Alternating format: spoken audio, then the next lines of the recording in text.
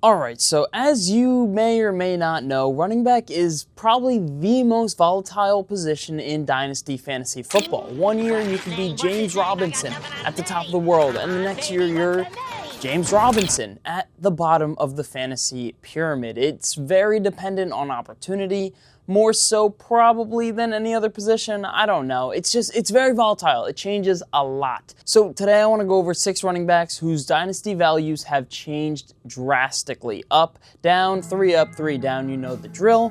Let's go over a couple things that are gonna sort of play into the list before I go into it. We're not doing rookies, and we're not doing injuries. So guys that got hurt and guys like Jaden Blue that we thought were going to be really good but aren't yet, I'm not going to talk about them. So we're going to start as Debbie Downers here with Alvin Kamara. So, I mean, he was already a depreciating asset. He turned 30 this year, which is not where you want to be, especially at running back. You could argue this is like the most important position to be young at in fantasy football, especially dynasty football.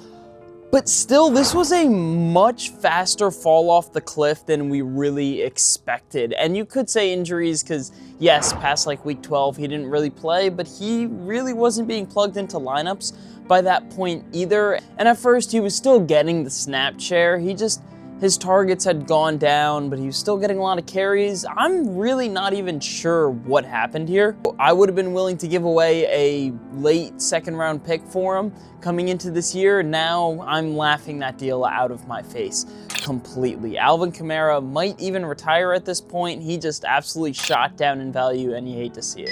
So next, let's go with one of the most obvious guys that went up, and that's Javonte Williams. Javonte Williams was fantastic this year. He was pretty good in his rookie season, but had just been going down since then, and it was really just like a rough scene for the guy. But now, oh my God, this was a contract year for him. He was on a 1-year deal, so we don't know where he's gonna land, but we know where he's gonna land in fantasy drafts. He's gonna go within the top 20 running backs now. He's still pretty young.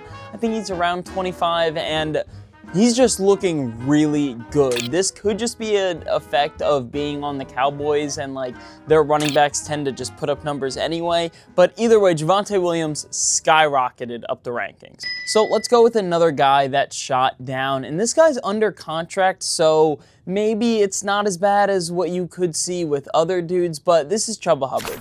Chuba Hubbard at the end of last year looked really good. Honestly, throughout most of last year, he looked really good. That's why he got the extension, and that's why we were feeling really good about him coming into this year. He was drafted around the 20th running back in Dynasty, and I would have felt great about that. He had contract security, he was getting touches, but in the NFL, it's rare to get a workhorse running back who's just going to get all the carries and all the touches. And I mean, he fell out of that. I don't know, maybe we expected him to do it again and he just kind of didn't. His big problem here was Rico Dowdle just stealing touches. And you could say, hey, Ruel, Rico Dowdle, he's on a 1-year and he does not want to be there anymore. Why should I be worried about Chuba? With Jonathan Brooks possibly coming back next year, and it shows that he doesn't have touch security. He has contract security, but they have no problem letting someone eat into those carries if they're looking better than Chuba. So I am just not feeling nearly as good about having Chuba Hubbard as I did last year. So next up, let's go with a more niche guy. It's Kenneth Gainwell. I'm not saying you don't know Kenneth Gainwell. I believe you know Kenneth Gainwell, but he was getting drafted barely within the top 100 dynasty running backs. He probably wasn't rostered in a lot of leagues, and he's only 26. He was on a 1-year, so he's a free agent again. But oh my God, he had a fantastic year. He was splitting carries and touches overall with Jaylen Warren, and at first he was just hey, if there's a blowout and they start throwing the ball a lot, look for him to get some targets. No, he is actually looking really good, had a few very large pop-off games, and now, once again, I'm feeling good about him in a committee coming into next year. I'm not saying he went from an undrafted guy to your RB1, but I think as an RB3 now coming into next year, you'd be confident with Kenneth Gainwell. And as our final down guy, this is, I don't know if it's the biggest fall, but it's the biggest guy that fell. That is Saquon Barkley. You can blame the offensive line, you can blame whatever coordinator that the Eagles fans absolutely hated, but it's still ugly. It's still ugly. You still never expected him to get those touchdowns because of that tushy-pushy offense that he's a part of. But, I mean, you could have very much assumed him to be RB1 or within that top 3 running backs again, and I know how it works.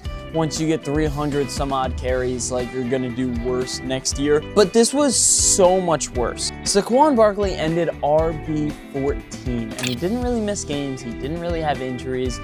This was just a really rough thing, and Saquon's already 28, so I mean, this is just, oof. If you're trying to get off Saquon at this point during the offseason, I just wouldn't.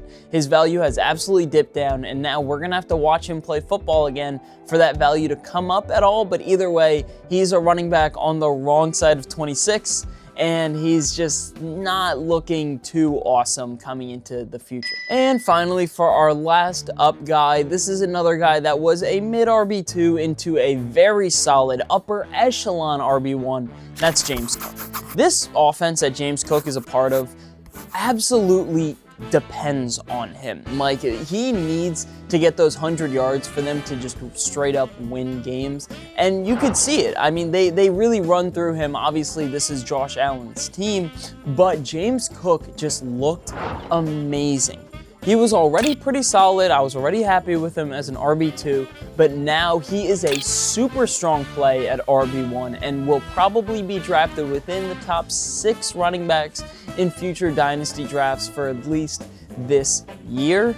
And that was sort of just an unexpected big rise from a guy that we thought maybe would lose touches to Ray Davis and Ty Johnson. All right, so that's basically all the running backs. There were other guys that we could have gone into, like, for example, for the ups, you could have said CMC solidified himself, Blake Corum, Rico Dowdle. There are other guys that really went up. DeAndre Swift just being a part of a good offense, and other guys that went down like Najee, but once again, injuries, Pacheco, and there's just some other names you could float around. But overall, I felt that these were the 3 biggest risers and the 3 biggest fallers. Thank you so much for watching. I still plan on doing this with tight ends and quarterbacks, maybe even defenses. Why not, man? Who cares? All right, thank you so much for watching, and I'll see you next time.